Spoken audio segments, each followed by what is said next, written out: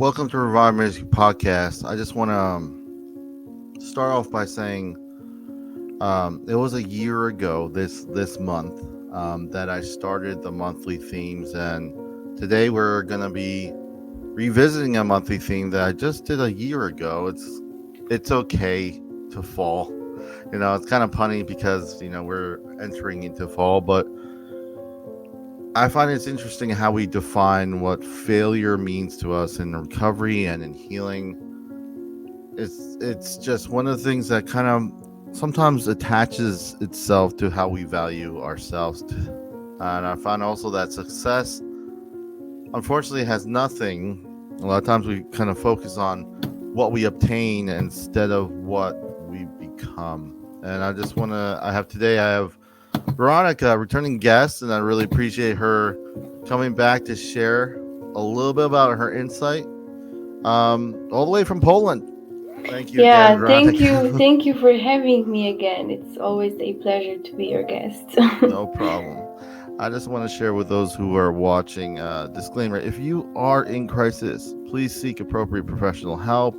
It's 1-800-273-8255, National Suicide Prevention Lifeline. I need to ask you eventually if Poland has something similar. I know the UK does. I need crisis hotline. I'll put it in the notes underneath, but we'll find that out. But I do encourage those who are listening all around the world to find what's available in your area. With that being said, I know that people say things better than I do. Veronica and George Bernard Shaw, I use him a lot, but I like how he kind of says it kind of almost like it's a Western, but he says it this way. He says, a life spent making mistakes is not only more honorable, but more useful than a life spent doing nothing. It's pretty straightforward. What did you think when you heard this quote? I really like that, and it's so true. Making mistakes for me means trying, putting an effort, and doing nothing is just staying constantly in your comfort zone. I don't undermine the idea of safe places, which is amazing for me, by the way, but it's about something different. I think it's about trying to change even the tiniest aspect of your life and making mistakes in the same time, because all of this is about learning. You try, maybe you fall, you lose, you get mad at the entire world, but at the end of this process you get an important lesson from life. You learn how to deal with the negative emotions, the obstacles, you gain the knowledge about people who surround you, and finally you become stronger, resilient, you find your peace on this life journey. And I think that this kind of life, full of trying and making mistakes, but also about learning, is the useful one, because you have experience, you know what to do, you did something in your life, and you should not regret this because you put an effort to make your surroundings a better place to live.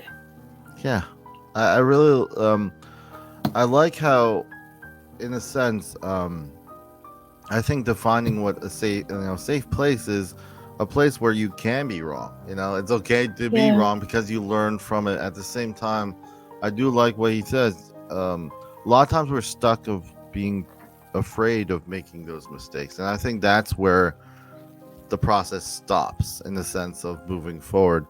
It's not that we're aiming to make mistakes, but we learn a lot from them. Is the gist of it. Definitely. And at the same time, I think it paints a more realistic view on our lives, in general, but also in recovery and healing, and the people, especially as we venture. This is going to be uploaded in October, but when we venture into the holidays, it can be a very hard time for many, because it's a reminder of what they don't have, or reminder of something they lost. COVID-19 is still lingering, is still there, is very present, and we could talk ourselves out of a lot of things. So recovery can be messy. Veronica, why do you feel the theme "It's okay to fall" is important to healing? I think it's all about the awareness, being aware that you can fall during your journey, your healing. It's okay to fall, right? It's not gonna be easy all the time, but falling, making mistakes is not the end. In fact, it's a huge and important part of the recovery of the whole journey. We mostly see falling as a negative thing, and yeah, it hurts and it is connected with some difficult stuff. But look how many important lessons we can learn from this.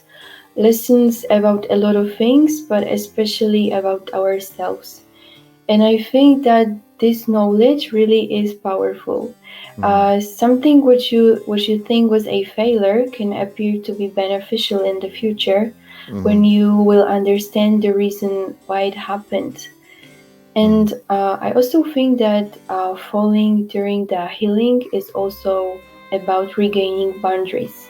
Yeah. We have to get to know ourselves again, in fact, rebuild control that we had. And actually, it depends on us, on our attitude. If this attitude will be like, okay, I fell, but it happens when I try to change things, we will become stronger and ready to like face another challenge in our life. Yeah, and before you mentioned safe place, and what came to mind when you were talking right now is accountability. It's usually a bad word when we think of it, but in a safe place, it's a wonderful word. It's a word of learning. It's a word of growing, and that's the difference. A safe place doesn't mean we stay static. Yeah. Making a choice not to do something is a choice in itself. It's not. So um, my wife, Joanne, has this book. It says non-translatable words. I'm probably gonna. It's a Spanish word. It's called vacilando, and it basically, loosely, and a lot of regions in Spanish, in the Spanish, Latin America, whatever, will argue on this, but loosely it means it emphasizes the journey. Sometimes I just like going out on the car with Joanne and just going for a drive. I'm like, where are we going? I don't know. We're just driving, you know. So it's wonderful to kind of throw away the map, throw away the GPS of life, and say, I don't know where we're going, but we're embracing and being present on this journey. And Yeah. I want to ask you, why do you feel when you're thinking of healing and recovery or whatever? A lot of people are dealing with a lot of different kinds of healing or recovery. Why do you think the journey is more important or more helpful than the destination in the long run? Um, Achieving a destination without putting an effort during the journey is pointless, I guess.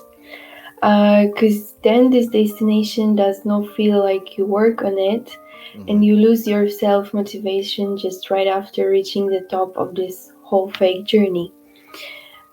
We can cut corners if we want to achieve something and then be proud of it. Mm-hmm. In the beginning of a journey, we visualize the destination, but sometimes during this journey, we see something interesting worth seeing, and we change the destination. And I think that things work the same with our life journey. Starting a whole recovery process, you won't be the same person as, for example, in the middle of it. Yeah. Because you regain boundaries, rebuild control, discover important aspects of your life, get to know new people, so your destination can be completely different then. Journey teaches us a lot via putting in a various situation that we have to handle. Yeah. And I think that's the point of the journey, building a whole new person with the experience. A person who more emphasizes journey than the destination. The person who knows that this destination is just another stage of the journey, not the end of it. Yeah.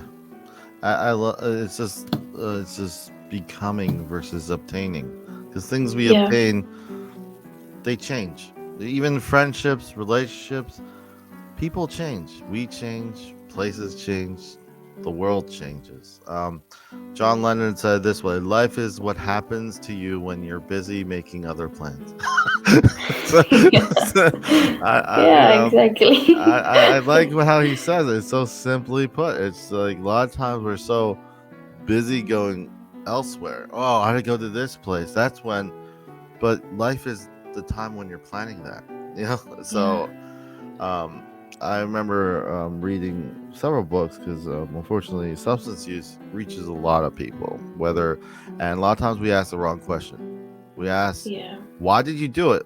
You shouldn't do it instead of what happened. And one of the things I read was the opposite of addiction is not sobriety but connection.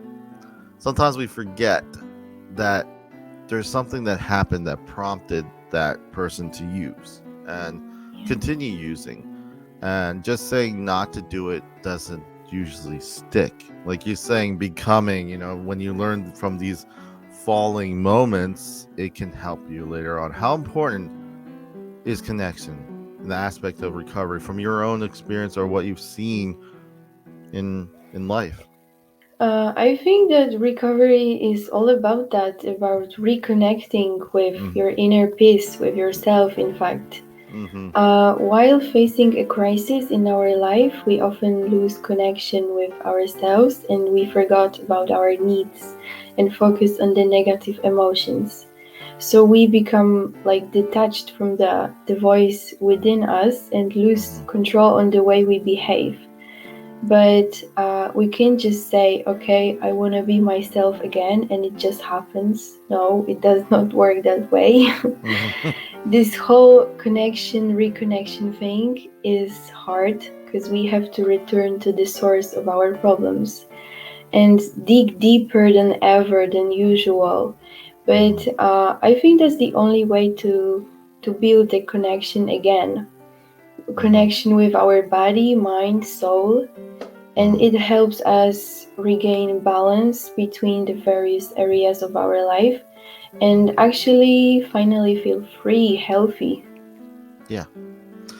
A lot of times we emphasize one thing, and a lot of times we get stuck, from personal experience and because of fear. Yeah.